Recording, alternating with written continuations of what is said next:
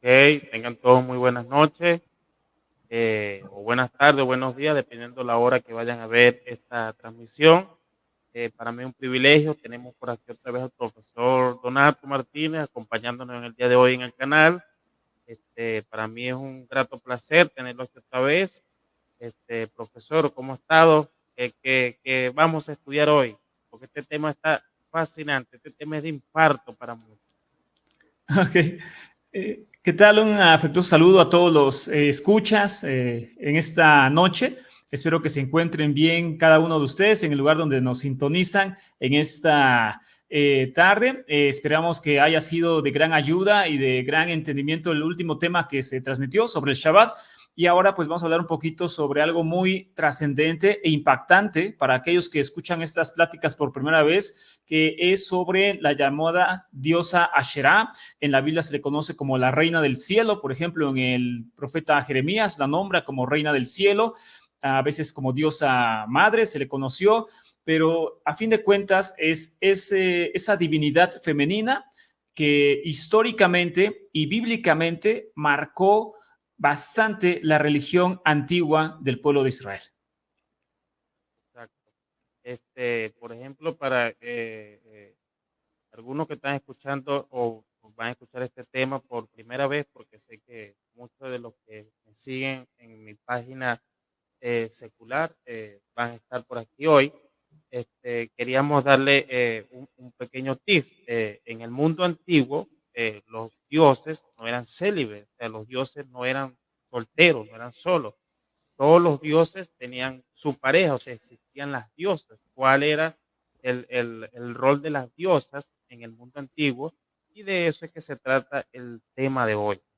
Y con eso voy a dejar, vamos a hablar porque la Biblia menciona lo que es Achera y muchas personas desconocen este tema, muchas personas no profundizan en este tema, esto no se escucha en una iglesia, esto no se predica, este tipo de temas en las iglesias, las pasan por alto, está como que está en la Biblia, pero está como quien dice maquillada para no tocar estos temas. Y de esto es lo que vamos a hablar hoy. Vamos a entrar a profundizar, a estudiar la Biblia de la manera como lo hemos estado haciendo en este canal, académica, de la investigación, qué dicen los eruditos, la arqueología, porque también nos demuestra, nos arroja luz sobre este tema. Entonces, bueno, ya de aquí dejo al profesor, de aquí en adelante, haga su presentación. Gracias. Ok, pues muchas gracias. Bienvenidos a todos. Mi nombre es Donato Martínez Montalvo. Soy divulgador de esta fantástica materia conocida como ciencias bíblicas desde hace ya aproximadamente 3 años. Nosotros venimos de la religión.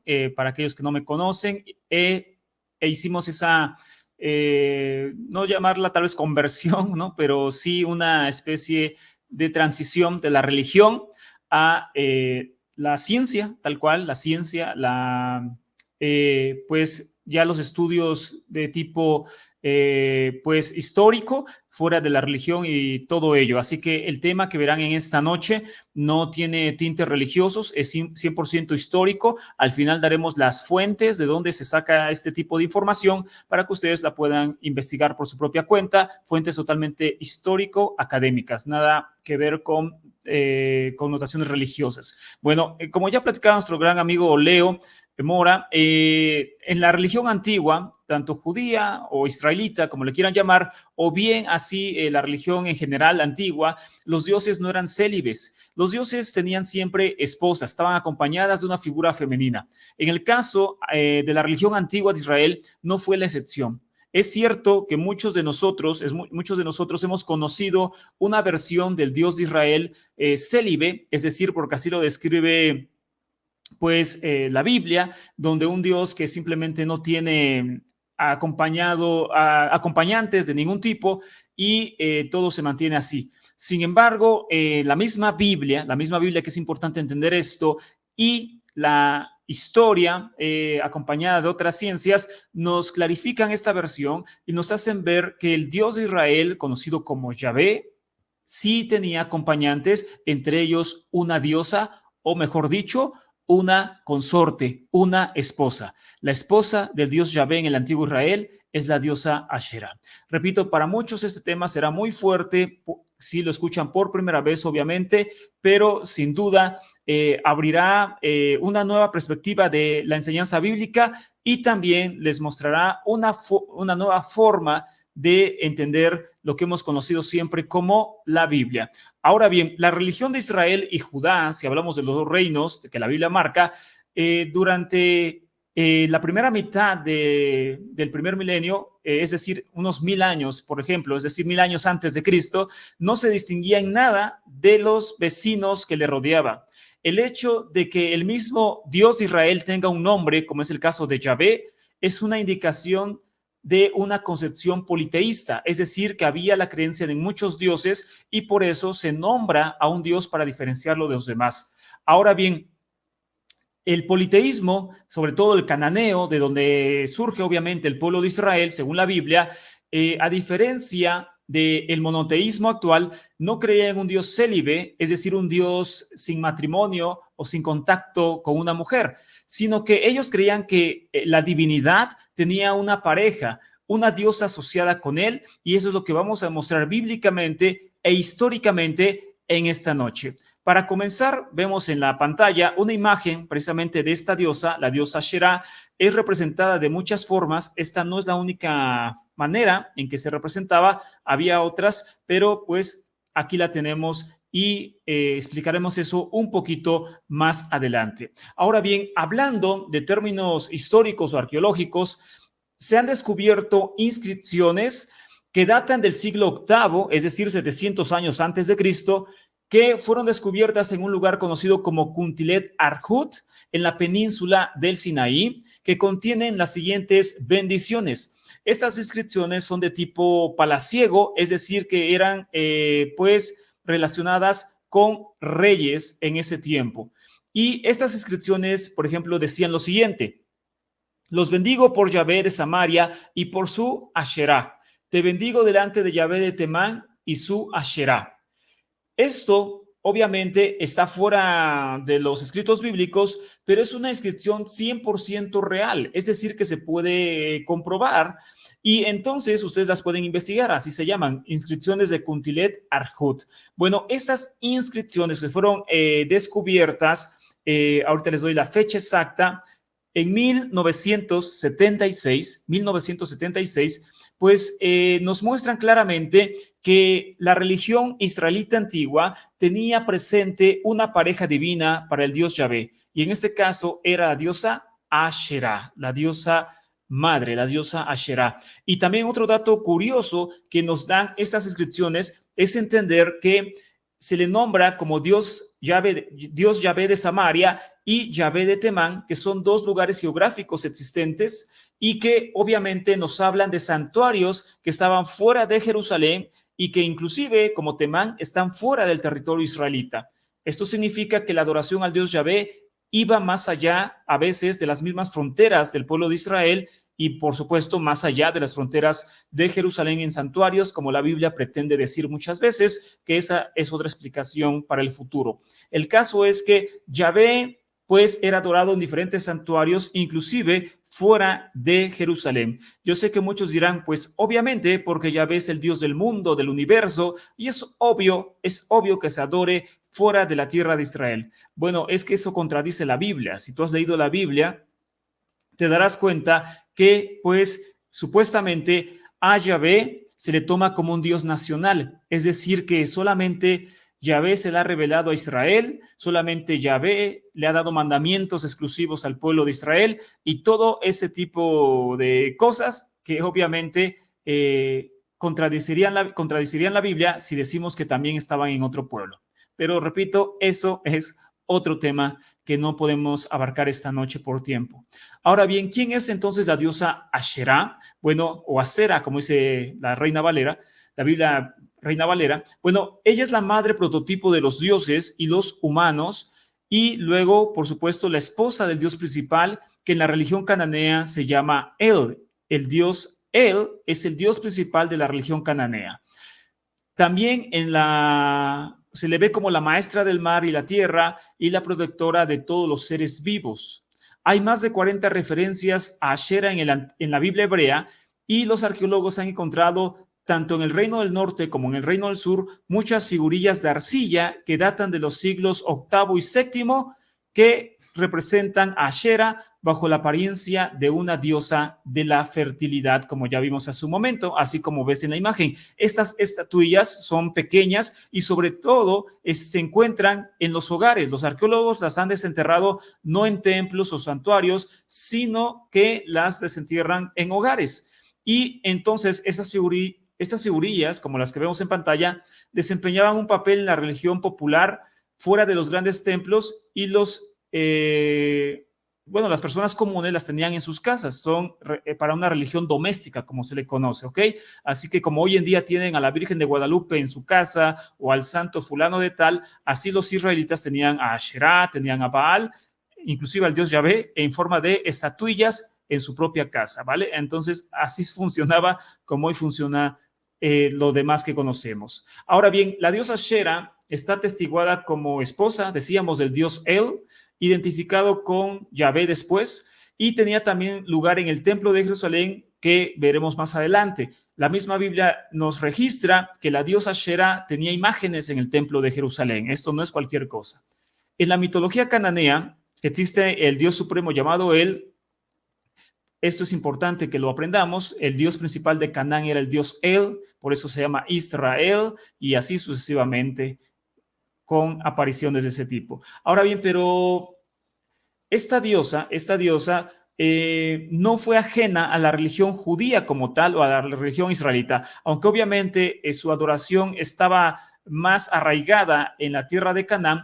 Esta diosa, pues obviamente no escapó de la religión israelita como la conocemos. Entonces, en pantalla volvemos a ver imágenes de la diosa Asherá, ahora distintas, ahora de una forma diferente, y pues con contornos distintos, pero a fin de cuentas siempre se muestra como un símbolo de fertilidad y pues nada, enseñando siempre los senos, que es un símbolo de fertilidad y un símbolo de vida, como una madre que amamanta a su hijo, obviamente, así lo notan, no es un símbolo morboso para los antiguos, sino es un símbolo de fertilidad y de vida, o sea, está amamantando. Al final veremos una imagen en Egipto de la diosa Isis, que también está amamantando al faraón. Es una imagen de vida, de ser una madre y todo ese tipo de circunstancias, ¿vale? Ahora bien, al parecer el colapso de Judea durante el exilio babilónico es interpretado por muchos judíos como parte de haber sido obligados a abandonar el culto a esta diosa. Esto lo vemos, por ejemplo, en Jeremías 44:18, dice lo siguiente: pero desde que dejamos de ofrecer incienso y libaciones a la reina del cielo, nos ha faltado todo, y el hambre y la espada están acabando con nosotros. Jeremías 44:18. Durante un tiempo, sobre todo 600 años antes de Cristo, durante el reinado del rey Josías, se hace una reforma religiosa donde se intenta erradicar la adoración no solamente a la diosa Asherá, sino a otros dioses. Y es entonces cuando el pueblo, por supuesto, está citando esto y se está quejando de que les quitaron la adoración a la diosa madre, a la reina del cielo, y entonces que supuestamente esto había provocado la falta de todo, ya que Ashera, la diosa madre en la cultura cananea, pero también las diosas madres en general, eran vistas como diosas de la fertilidad. Esto significa que creían que ella proveía el alimento al hombre, creían que ella producía la cría de los ganados, que los frutos crecieran en el campo, que hubiera a veces lluvia, aunque era para otro dios, pero también era fertilidad, y que los campos se renovaran, reverdecieran cada año, que las mujeres pudieran tener con bien a sus hijos. Todo esto se lo adjudicaban a la diosa madre, que era la diosa de la vida, la diosa de la fertilidad, la diosa de la sexualidad inclusive. Entonces, por ende, cuando se quita la adoración a la diosa madre, pues dicen, es que todo esto nos ha traído pura calamidad. Ya no hay crías de ganados, ya no hay fertilidad en la tierra, ya se mueren los niños, todo eso, ¿no? Es decir, entendamos. No tienen quien los provee. Ya no, exacto, ya no hay un dios de la fertilidad, ya nos ha abandonado la diosa y nos está pasando todo esto tan terrible. Esa gente obviamente no creía que el dios Yahvé era quien hacía todo esto. ya que eran politeístas. Esto significa que había un Dios para cada cosa. Un Dios de la tormenta, que es Baal, si quieren un día platicaremos de ello, es el Dios Baal. Otro Dios de la muerte, otro Dios del mar, la diosa de la fertilidad, y así sucesivamente el Dios Sol, Por muchos eso, dioses. por eso es que, profe, normalmente las diosas eran mucho más populares que muchos dioses, porque era fertilidad, era lo que les proveía. En cambio, los dioses se utilizaban solamente para una cosa. Por ejemplo, el dios de la guerra, voy a la guerra, nada más. Cuando no hay guerra y hay paz, todo es la diosa y la fertilidad.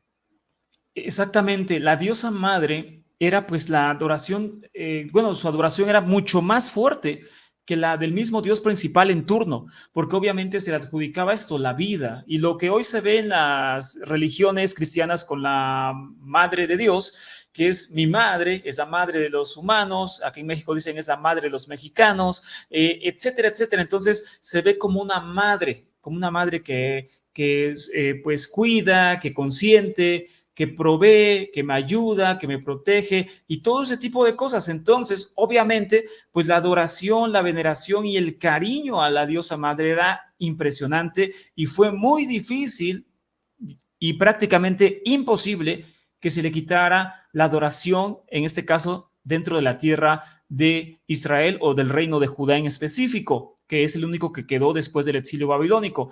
Entonces, pues se han encontrado, como ya vimos, infinidad de estatuillas en muchos lugares, tanto de Judá como de Israel, y esto era porque la adoración a esta diosa era sumamente importante. Ahora bien, tenemos en pantalla el rastro arqueológico, ahora encontrado en una tumba al oeste de Hebrón, conocido como la tumba de Kirbet el-Com. Y este hallazgo también se dio en 1900. Ahorita les doy la fecha exacta, 1967. 1967 se da este hallazgo, que es un poquito más antiguo que el otro, por algunos años, y entonces a este hallazgo se da en una tumba y lo sorprendente es que vuelve a ver entonces que la misma forma de bendición invocando al Dios Yahvé, pero también junto a su esposa, la diosa madre, la diosa Shera. Y dice, Curiyahu, el rico, escribió o ha hecho escribir, ¿no? Posiblemente otra traducción, bendito sea Curiyahu por Yahweh, que de sus enemigos lo salvó por su Asherá, es decir, por la diosa madre. Nuevamente vemos la combinación del matrimonio divino, Yahvé, Asherá y la bendición que esto llevaba. Esto, repito, está en una tumba, es una bendición para los muertos. El culto funerario era una realidad también en Israel. Hoy no podemos hablar de eso por tiempo, pero vemos otra vez la combinación de bendición entre Yahvé y la diosa madre, la diosa Asherá. Ahora bien, la veneración de una diosa al lado de Yahvé en la religión de Israel y Judá permanece como una certeza. Por ejemplo, lo tenemos en Segunda de Reyes 21, 3 y 4, dice lo siguiente, y esto es la Biblia, porque repito, a veces hay muchas personas que por estar tanto tiempo dentro de la religión dicen, es que eso que tú me dices de Kirbe el Com, de Kuntiled Arhut, de la inscripción esta, pues posiblemente la inventó un hombre. Posiblemente alguien la escribió hace unos años y dijo que es antigua o simplemente no existe. Infinidad de excusas. Lamentablemente hay un grupo que rechazan todo lo que es académico, todo lo que es arqueológico, Sí. se les adoctrinó ya, porque también yo pasé por ahí, o uno crece con eso de que solamente es la Biblia, listo, todo lo que esté externo a la Biblia no proviene de una corrección correcta, o lo que uno le dice, la inspiración divina solamente está en la Biblia. Pero incluso leyendo la Biblia estamos viendo que hay evidencias de eso y la arqueología lo que nos ayuda es a complementar, agrega, arroja luz sobre los pasajes que estamos leyendo. Sí, y entonces aquí vemos cómo la Biblia, vamos a leer la Biblia, que ustedes lo pueden hacer desde casa en cualquier versión, que es confirmada por la arqueología, pero la arqueología, la historia, lo fascinante de esto es que te abren más el panorama para entender algo que la Biblia obviamente no lo va a decir, ya que la Biblia en su propósito original no tiene el propósito de enseñar ni historia, ni arqueología, ni geografía, ni cosas como esas. De hecho, la Biblia tiene datos geográficos incorrectos. Por ejemplo, el huerto del Edén está, según la Biblia, entre dos continentes, que eso es imposible. Está entre el río Tigris y Éufrates y el río Nilo. Tigris y Éufrates están obviamente en la región de Mesopotamia y el Nilo está en Egipto. Estamos hablando de una cantidad de kilómetros simplemente inimaginable. Es decir, un lugar que estuvo entre esos tres ríos, por ejemplo, el otro ya no lo menciona, esos ríos, Éufrates, Tigris, y el otro, ahorita me falla la memoria, pero es un río egipcio. El caso es que todo esto estamos hablando de simplemente una ubicación geográfica totalmente inviable, porque los antiguos obviamente no estaban enseñando geografía.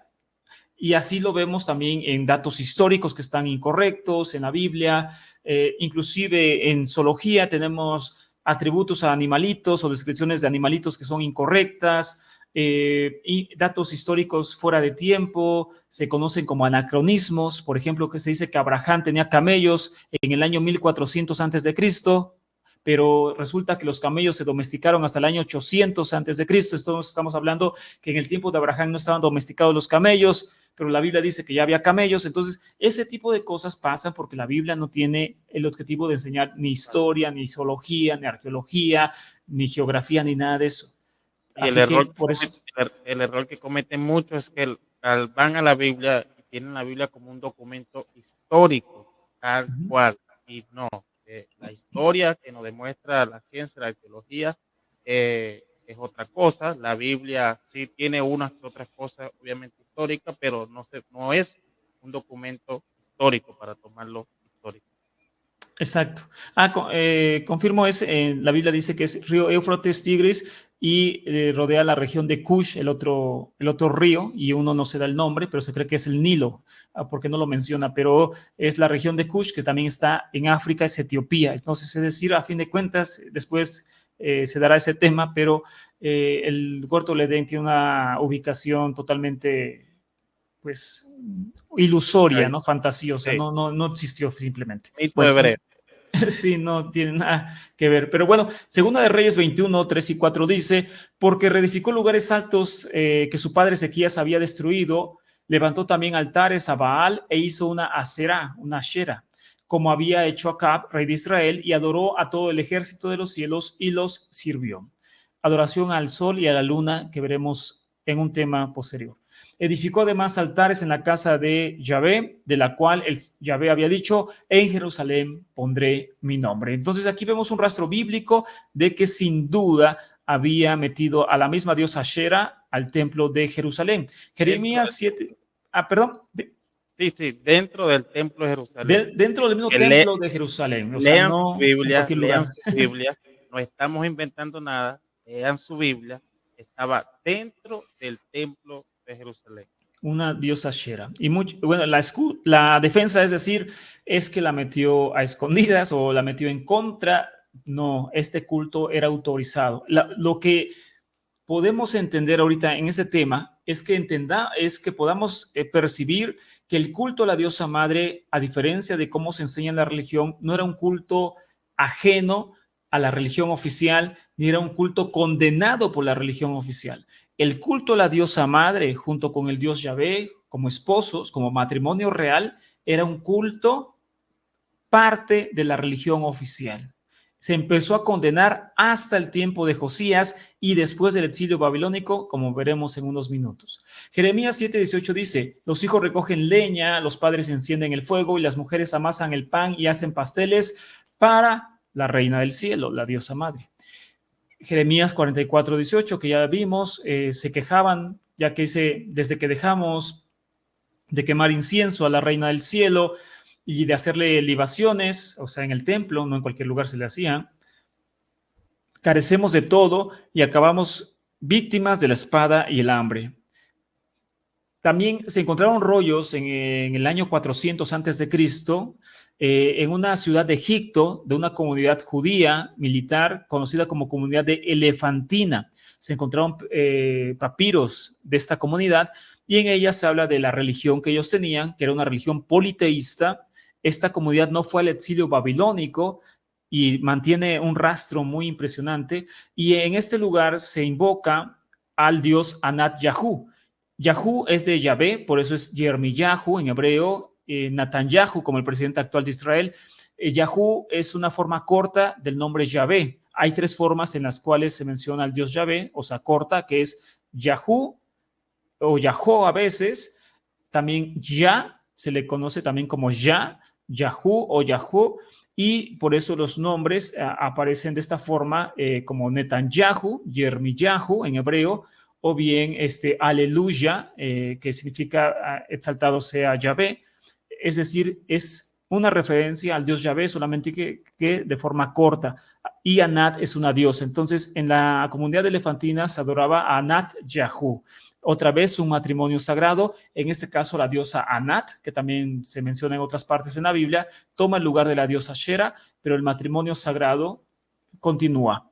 Ahora bien, estos hallazgos son el principal catalizador para una revolución en la comprensión de las creencias actuales, y esto demuestra que no existían dos grupos de personas como a veces se pensaba, donde un grupo adoraba a Baal y los dioses cananeos y otro grupo adoraba solamente a Yahvé, como dice el relato de Elías, que había un remanente fiel que solamente adoraba a Yahvé, mientras toda la tierra de Israel se había corrompido adorando a dioses falsos. Bueno, eso es teología. La historia demuestra o ha demostrado a través de la arqueología que esto no es así, sino que la adoración a los dioses cananeos, entre ellos a la diosa madre, eran una realidad de la religión oficial israelita de la monarquía.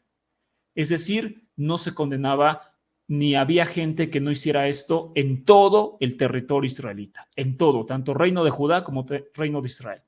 Ahora bien, el símbolo de su presencia en un lugar de culto era el árbol sagrado o la estela erigida junto al altar. Acá plantó uno de estos árboles sagrados y erigió una estela en Samaria. Eso está en Primera de Reyes 16, 32 y 33, donde dice, y edificó un altar a Baal en la casa de Baal que edificó en Samaria, y Acab hizo también una ashera. Así Acab hizo más para provocar a Yahvé, Dios de Israel, que todos los reyes de Israel que fueron antes de él. Y lo mismo hizo Manasés en Jerusalén, Segunda de Reyes 21:3. Es decir, tanto en Judá como en Israel, en los dos reinos, esto era una realidad. En la Bueno, pantalla vemos, sí, dime. sí, el reino del norte, el reino del sur. Sí, Otra cosa que quería recalcar sí. sobre que dice, no plantarás un árbol ante el Uh-huh, altar de Yahvé. uh-huh. Ese árbol lo vamos a descifrar en el próximo programa, porque quiero justamente hablar de qué era ese árbol, cómo se representa hoy en día Sí. en el judaísmo, y en muchas iglesias evangélicas está ese árbol ahí, y sin darse cuenta, y obviamente porque desconoce. Pero, y otra cosa clara, que no tiene nada que ver con ningún árbol de Navidad. No, Hacen, hacen videos, hoy en día vi un video, citaron ese texto bíblico para decir que era un árbol de Navidad, y yo, Dios mío, por Dios. Pero bueno, no. entonces ese del árbol, ya Sí. sabe, profe, el próximo tema. Debemos aclarar, y qué bueno que toque ese punto, me saltó una lámina para aclararlo, que las diosas madres eran representadas muchas veces con árboles sagrados, por llamarlo así, y que pues esto era una representación de eso, de fertilidad, de vida y todo eso. Por ejemplo, la imagen que tenemos en pantalla, para reforzar este punto que estaba platicando nuestro estimado amigo Leo, es que en Egipto, Isis, la gran madre egipcia, llamada Isis, reina y fuerza fecundadora de la naturaleza, era representada a veces con un árbol. En la figura vemos a Isis en forma de árbol amamantando al faraón Tutmosis III. Entonces, esto es un jeroglífico, yo sé que parece un dibujo de un niño, pero es un jeroglífico egipcio real.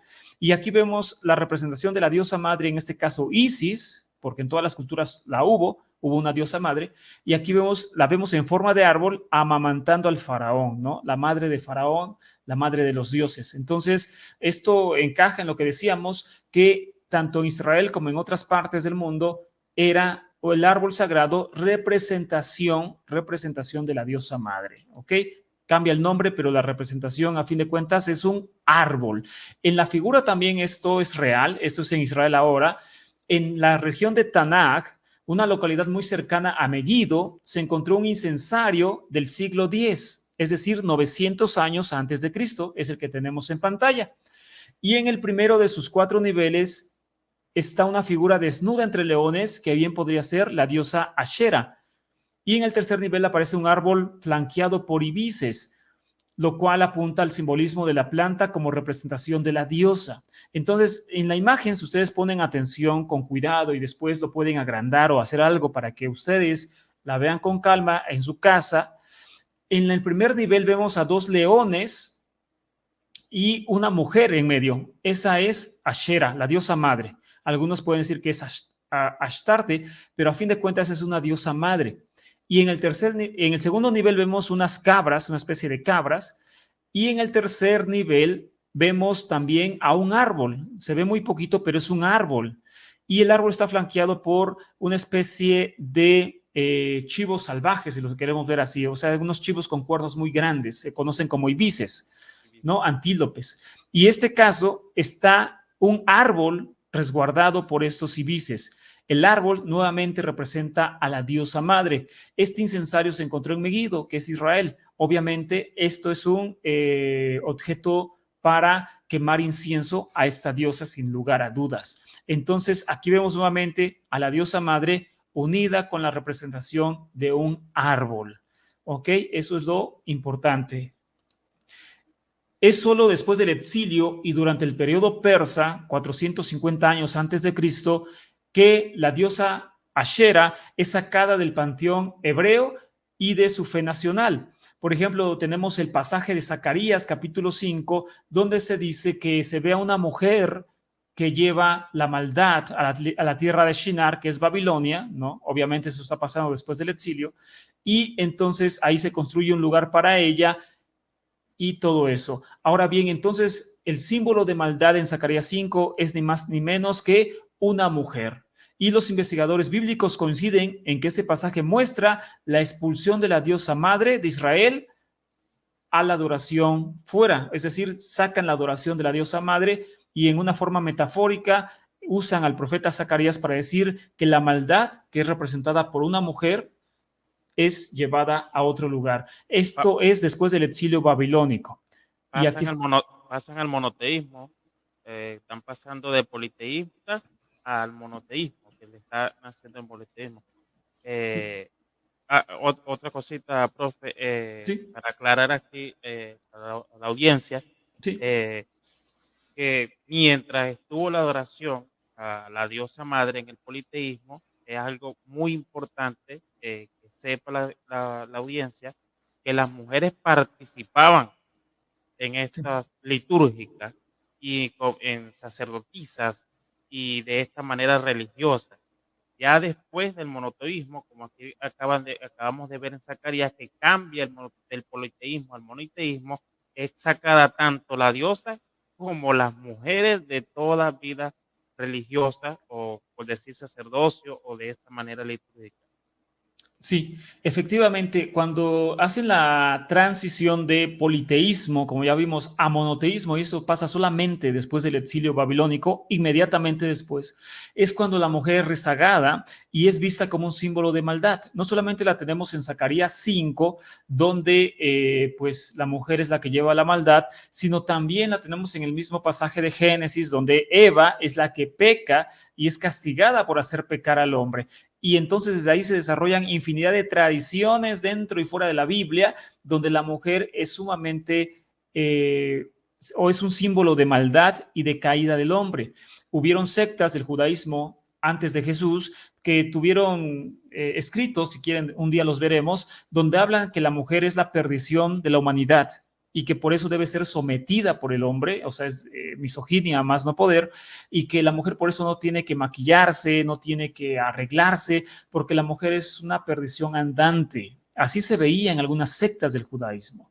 Entonces, esto pasa porque quieren desarraigar la adoración a la mujer, que en este caso es representada por la diosa madre, quien tenía sacerdotisas y sacerdotes también. Entonces, sin duda, hay una transición impresionante de la religión judía israelita preexílica a la religión post-exílica en la época persa. Y entre tantas cosas que hicieron fue trasladar los atributos de la diosa madre y de otros dioses al dios Yahvé. Es decir, como bien decía hace unos minutos nuestro estimado amigo Leo, en el politeísmo cada dios cumple su rol, el de la guerra, el del mar, el de la fertilidad, el de la montaña, el del cielo, el de la luna, el del sol, todos tienen un papel, un trabajo. Sin embargo, en el politeísmo todo lo tiene que hacer un solo Dios, ¿no? Por eso no hay más. Y en este caso, lo que antes hacía la diosa madre se le transfiere al dios Yahvé. Y aparecen pasajes como el de Isaías 49:15, que esta parte de Isaías no es escrito por el verdadero Isaías. A esta parte se le conoce como el segundo Isaías, que fue escrito sobre todo durante la época post-exílica. Dice lo siguiente, Isaías 49:15 dice, ¿acaso olvida una mujer a su niño de pecho sin compadecerse de él, del hijo de sus entrañas? Pues aunque esas lleguen a olvidar, yo no me olvido. Entonces Yahvé toma el papel de una madre. Isaías 46:3. Escucharme, casa de Jacob, y todos los sobrevivientes de la casa de Israel, los que han sido transportados del seno, llevados desde el vientre materno. O sea, Yahvé concibió a Israel como una madre concibe a su hijo en el vientre materno. Isaías 42:14.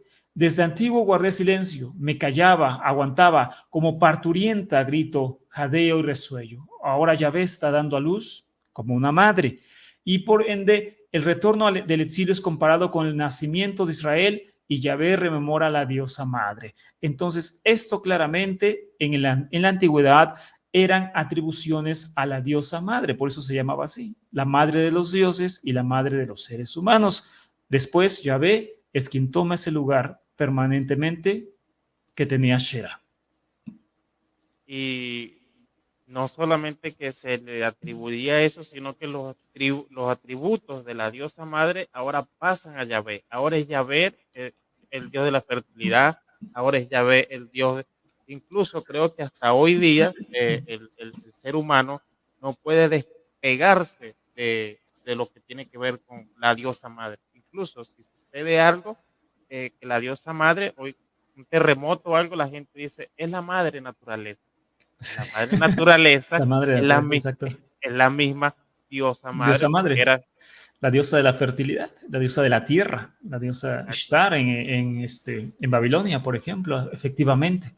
La diosa madre es la madre naturaleza, la madre tierra, como dicen, es la diosa madre en la antigüedad, es la misma. Y sí, es verdad. Y pues una de las cosas que también pasan es que Yahvé tenía una esposa, como ya vimos las descripciones, Yahvé y su Ashera. ¿Ok? Entonces esa esposa pues desapareció porque tuvieron que desaparecerlas, ¿no? Y ahora, ¿quién es la esposa de Yahvé? Anat o Ashera. No, ahora la esposa de Yahvé es Israel. Israel acaba siendo la esposa del Dios Yahvé.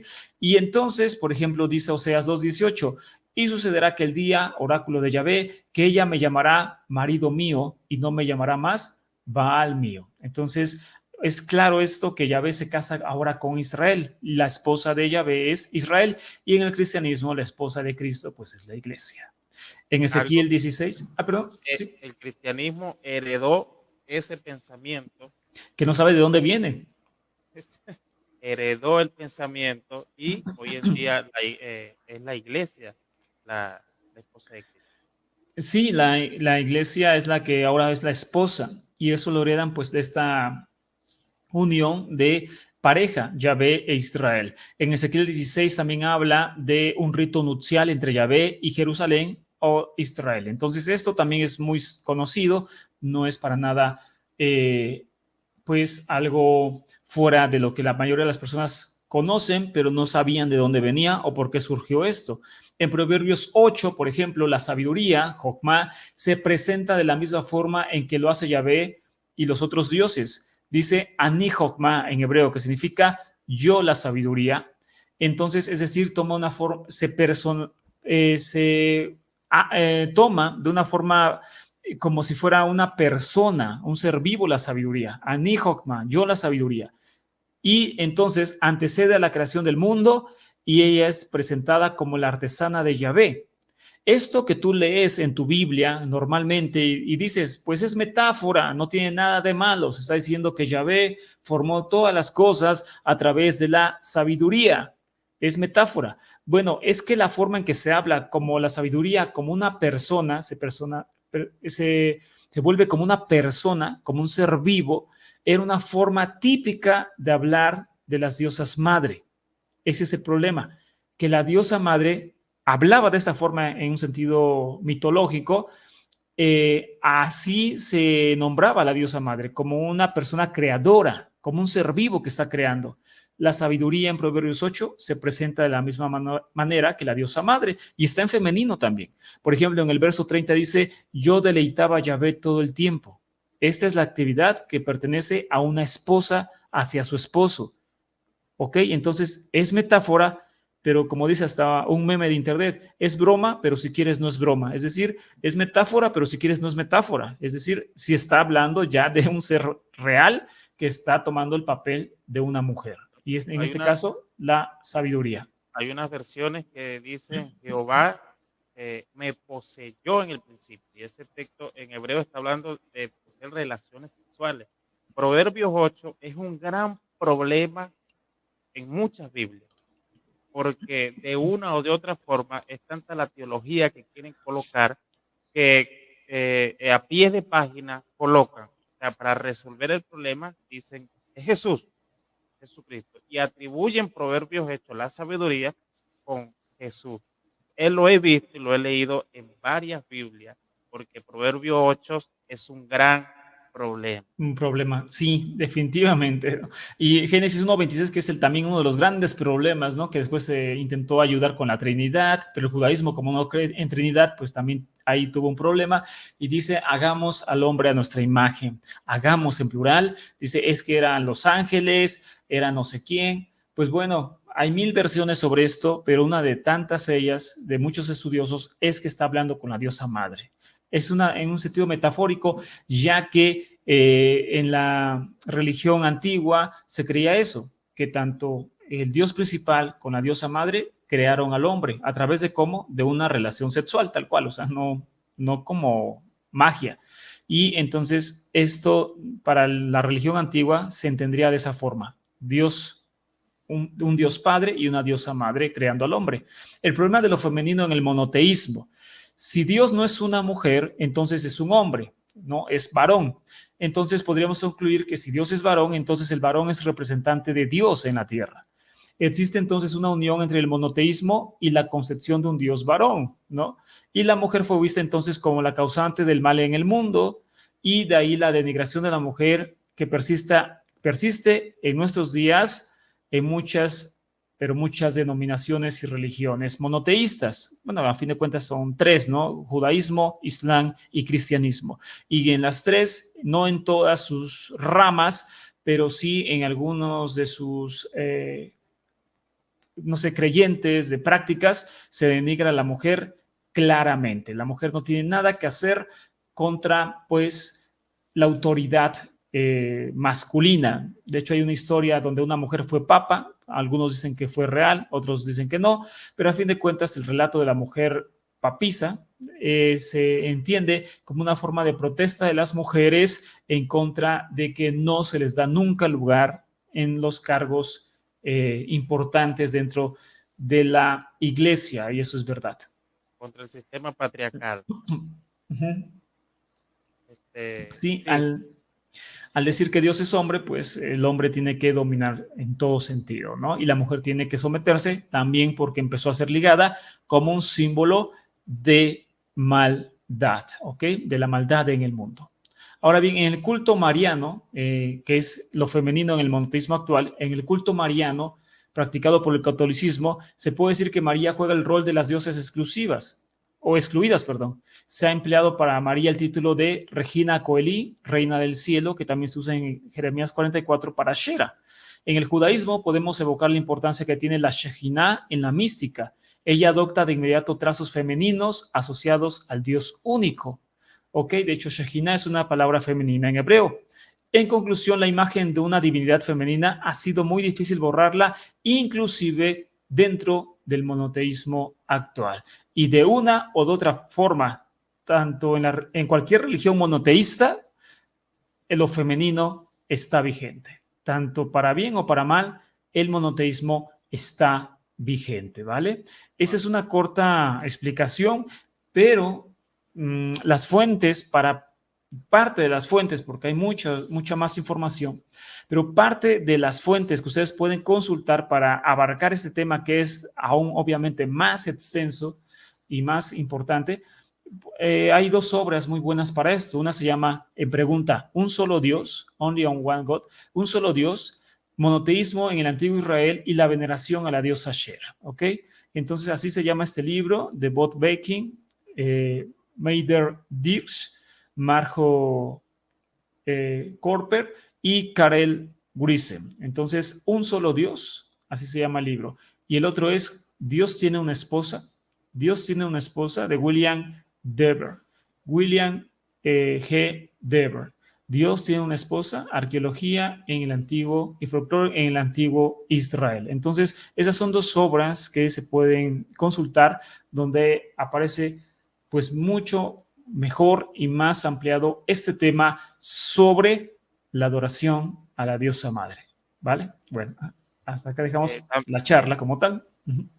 Me gustaría también recomendar Monoteísmo y Poder de Thomas Romer. Lo tengo, no lo alcanzo aquí, pero por ahí aquí lo tengo. Monoteísmo y Poder de Thomas Romer también aloja mucha luz sobre este tema. Yo trataré de colocarlo en Facebook a través de la página, el libro. Incluso creo que le tomé una foto y lo subí en estos días. Monoteísmo y Poder. Creo que se llama así, ¿no, bro? Sí, Sí, Monoteísmo y monoteísmo y Poder. poder. Sí, de Thomas Romer. Habla mucho sobre el tema. Y para aclarar también que lo que se demostró hoy aquí, en la diapositiva que mostró el profe, todo lo pueden investigar, todo lo van a encontrar. Uno, todo esto que el profe mostró y las imágenes que se les mostró aquí sobre la diosa Chera, lo que ha descubierto la arqueología, está en Israel, no está en otro mundo. O sea, muchas de estas cosas están en el mismo museo en Israel. Eso lo pueden comprobar ustedes mismos, investigarlo ustedes mismos. O sea, no estamos inventando nada, eso está ahí, eso está en los mismos museos en Israel. Segundo punto, ¿por qué se llega a la conclusión de que era muy popular Achera más que incluso el dios Yahvé? Como lo explicó el profe, se consiguió muchas estatuillas de Achera cuando se escalvan en estas casas, y uno de los ejemplos que me enseñaron a mí es que, por ejemplo, creo que fue Israel Fisketen, o también lo escuché a través del profesor César, que ellos explican que ellos consiguen un pueblo y empiezan a desenterrar, y de 100 casas consiguen 90 estatuillas de Acher y solamente 10 del dios Yahvé. Entonces, eso llega a la conclusión que en esas 90 casas se adoraba más a la diosa que al dios macho. Entonces, eso es una de las cosas que, por eso es que la arqueología ha descubierto que la adoración a la diosa madre ha sido muy fuerte en el tiempo. Así es, efectivamente. La adoración más fuerte que tuvo Israel fue sin duda hacia Shera, hacia la diosa madre, o a diosas madres que hubieran, bueno, sí, diosas, ¿no? De ese tipo que hubieron más, pero pues la adoración a lo femenino fue lo más fuerte que hubo siempre en Israel.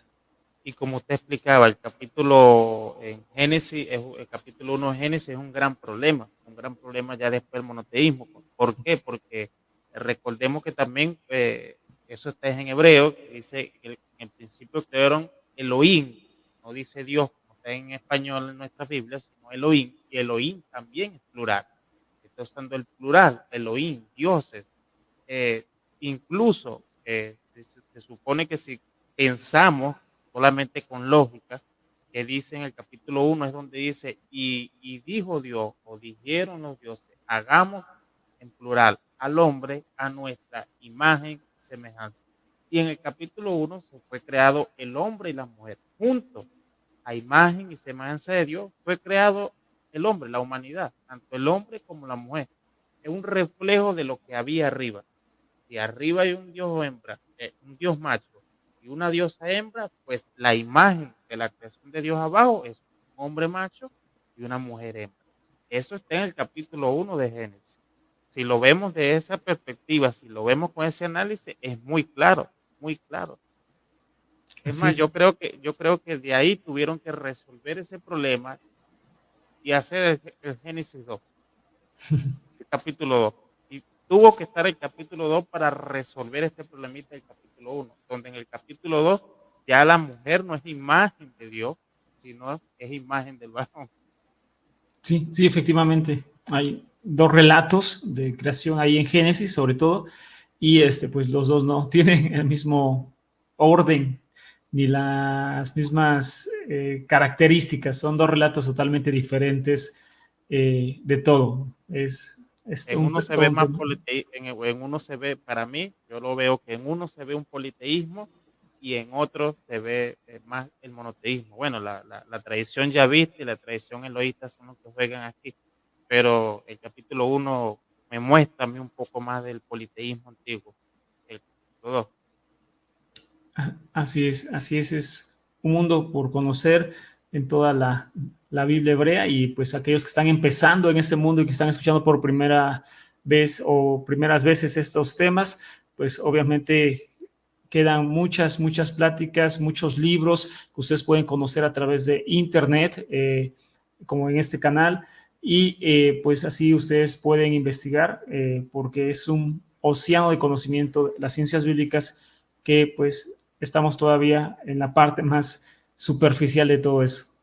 Creo que estaremos en el siguiente programa. Yo creo que esto va a seguir porque de verdad que esto prácticamente merece una segunda parte. Ya lo vamos a dejar ahí en los comentarios a ver si las personas quieren la segunda parte, pues da la segunda parte. ¿Por qué? Porque hablar sobre el árbol que le comenté o colocar, vamos a hablar sobre el origen de la menorá, nos va a llevar a lo mismo. Nos va a llevar de hablar de este tema. Y yo creo que ese va a ser el siguiente tema sobre el origen de la menorá, porque hablar del origen de la menorá ya es también tocar, es como que si fuéramos una segunda parte y no quiero adelantar para algunos, pero eh, van a llegar a muchas conclusiones también, va a ser de muchas sorpresas el próximo programa sobre la menorá, porque también nos llevaremos muchas sorpresas. Así es, así es. Faltan todavía muchas cosas Bueno, por pues yo voy a comentar. dejar aquí algunas, en vivo los muchachos las preguntas para ya después pasar las preguntas. Ya en el próximo programa voy a anotar ahorita las preguntas que estén haciendo ahorita en el en vivo, las voy a anotar para cuando nosotros entremos en el siguiente programa, yo ya hacerle esa pregunta, pues tenerle las preguntas de que nos están dejando los comentarios para ya empezar con la siguiente clase que va a ser el origen histórico y verdadero de la menorá. La menorá, para los que no conocen, es el candelabro o, o no lo conocen con ese nombre, es el candelabro judío, ¿verdad? Así es, Entonces, el la candelabro menorá. conocido como menorá, candelabro judío de 7 brazos, que ahorita lo modificaron, ¿no? A Hanukkah, que precisamente creo que ya está, a 9 brazos, pero es la misma, el mismo origen. El mismo origen. Entonces sí, estaríamos hablando sobre ese tema. Si aquí usted cree que se murió una vaca, en el próximo se le va a morir otra vaca. Las vacas sagradas no sobreviven aquí cuando hablamos de ciencias bíblicas o cuando se hablan de estos temas. Estos temas no se hablan, ni siquiera en institutos bíblicos se toman este tipo de temas. Este tipo de temas no se enseñan.